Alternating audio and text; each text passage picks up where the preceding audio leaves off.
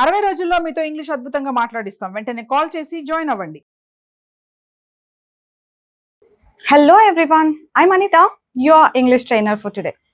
English అనగానే మనకు కొన్ని కాన్సెప్ట్స్లలో చాలా డౌట్స్ ఉంటాయి కదా. అందులో ఒక కాన్సెప్ట్ ఏంటంటే విల్కి విల్ బీకి మధ్య డిఫరెన్స్ ఏంటి అని నా ప్రతి ఒక్క క్లాస్లోనూ నేను ఎక్స్ప్లెయిన్ చేసిన కాన్సెప్ట్ అనమాట. అంటే అంతమందికి డౌట్స్ ఉంటాయి. సో ఒక 5 minutes మీరు మీ టైంని ఇన్వెస్ట్ చేశారంటే కనుక I clarify it today. Will be. First will చూస్తే విల్ ఎప్పుడు యూజ్ చేయాలి అని మనం ఇది తెలుసు, రెండు ఫ్యూచర్ గురించి మాట్లాడడానికి అని. కాకపోతే విల్ ఏంటంటే ఫ్యూచర్లో చేసే కొన్ని పనులు.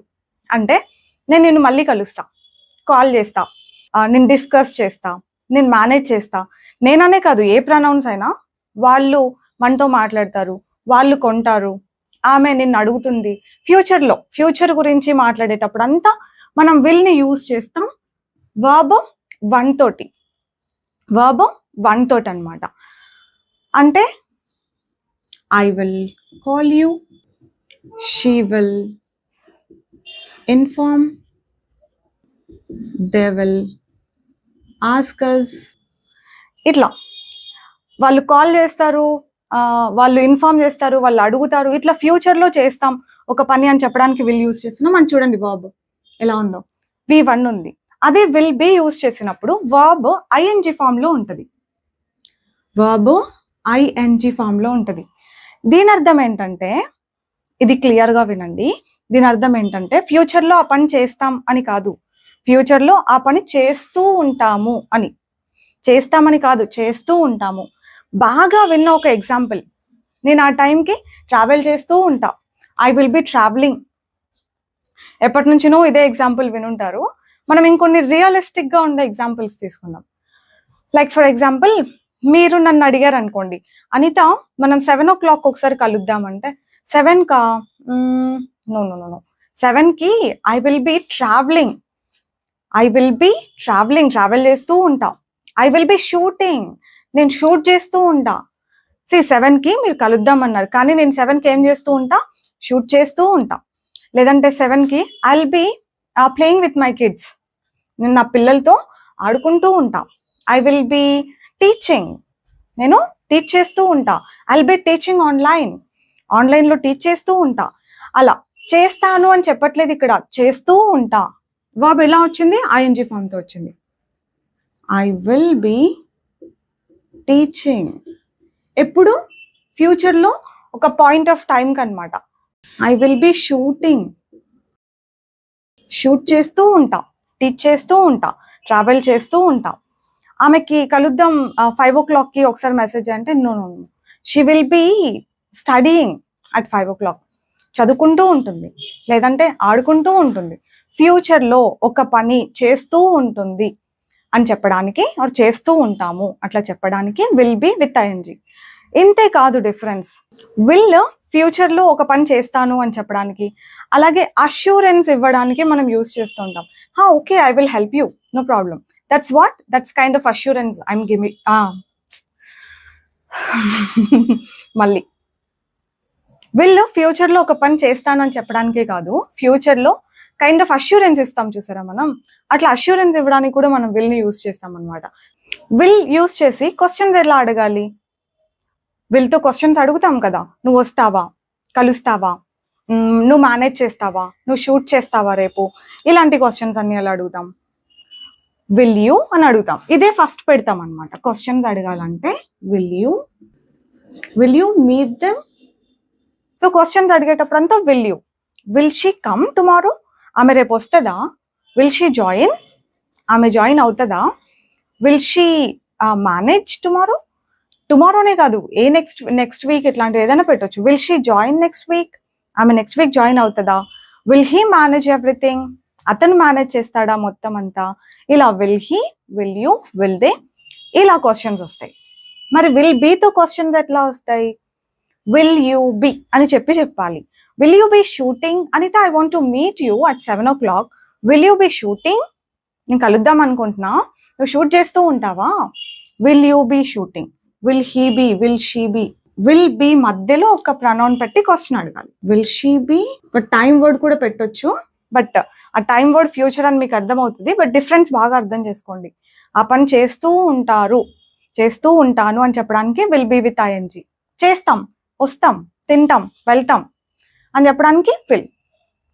సింపుల్గా ఒక ఎగ్జాంపుల్లో కంప్లీట్ చేయాలి అంటే ఐ విల్ ఈట్, నేను తింటా. ఐ విల్ బి ఈటింగ్, నేను తింటూ ఉంటా.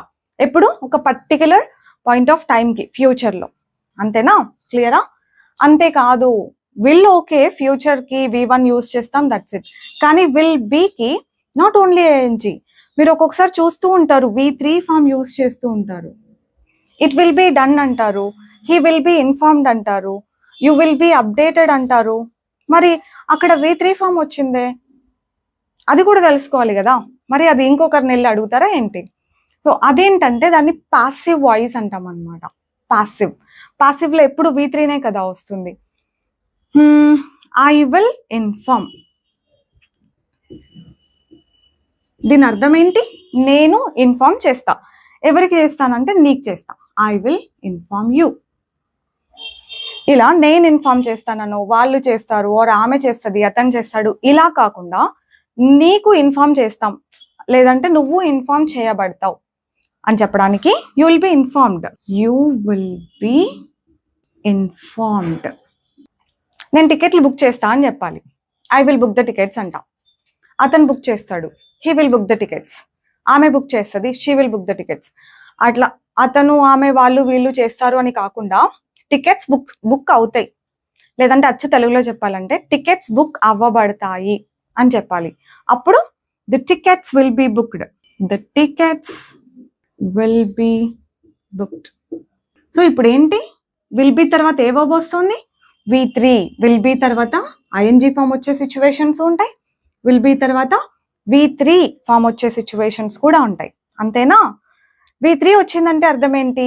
చేయబడుతుంది, ఆ పని ఫ్యూచర్లో చేయబడుతుంది అన్నట్టుగా అర్థం అనమాట. షీ విల్ బి జాయిన్డ్ అని అన్నాం అనుకోండి, ఆమె మళ్ళీ జాయిన్ అవ్వబడుతుంది. She will be joined later అని ఉంటే ఆమె జాయిన్ అవ్వబడుతుంది. She will be joined later, ఆమె మళ్ళీ జాయిన్ అవ్వబడుతుంది. షీ విల్ బి జాయినింగ్ అంటే ఆమె జాయిన్ అవుతూ ఉంటుంది అని అర్థం. She will be joining after some time అన్నాం అనుకోండి, ఆమె జాయిన్ అవుతూ ఉంటుంది తర్వాత అన్నట్టు. ఇక్కడ జాయిన్ అవ్వబడుతుంది అంటే బై సమ్వన్, వేరే వాళ్ళ చేత. అందుకే విల్ బి తర్వాత ఇది పెట్టాలా లేకపోతే ఇది పెట్టాలా అని చూసుకోండి కొంచెం బాగా. ఓకేనా? V3 ఫామ్ వస్తుంది, ఐఎన్జి ఫామ్ వస్తుంది. అంతేనా? విల్ బీని ఇంకా వేరే సిచ్యువేషన్స్లలో కూడా యూజ్ చేస్తాము. ఫ్యూచరే వేరే వేరే సినారియోస్ అనమాట, అవి కూడా తెలుసుకుందాం. ఫ్యూచర్లో మనం ఎక్కడ ఉంటాం, ఎవరైనా ఫ్యూచర్లో ఎక్కడ ఉంటాం అని చెప్పడానికి కూడా మనం ఈ విల్ బీనే వాడతాం. అంటే ఇప్పుడు నేను మా ఇంట్లో ఉన్నా, ఐఎమ్ అట్ హోమ్. నేను ఇప్పుడు ఇంట్లో ఉన్నా, I am at home. Evening నేను మా ఇన్స్టిట్యూట్లో ఉంటా, క్లాసెస్ ఉంటాయి కదా, సో ఇన్స్టిట్యూట్లో ఉంటా నేను. I will be at the institute. I will be at the institute, నేను ఇన్స్టిట్యూట్లో ఉంటా. ఇది ఎప్పుడు? ఫ్యూచర్లో నేను అట్ 5 o'clock అట్లా నేను టైం కూడా చెప్పొచ్చు. I will be at the institute at 5 PM. 5 PMకి నేను ఇన్స్టిట్యూట్లో ఉంటా. అంటే ఫ్యూచర్లో ఎవరైనా ఎక్కడ ఉంటారు అని చెప్పడానికి కూడా మనం విల్ బి యూజ్ చేసి ఒక ప్లేస్ పేరు చెప్తాం. Okay, this is one more usage అనమాట. ఇంకొకటి కూడా ఉంది, అడ్జెక్టివ్స్. అడ్జెక్టివ్స్ అంటే ఏంటి మనం మళ్ళీ చూద్దాం.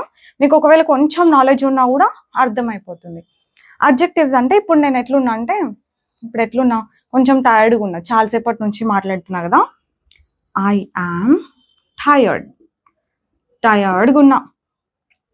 అనిత 8 o'clockకి మనం బయటికి వెళ్దామంటే 8కా, అమ్మో నా వల్ల కాదు. I will be tired.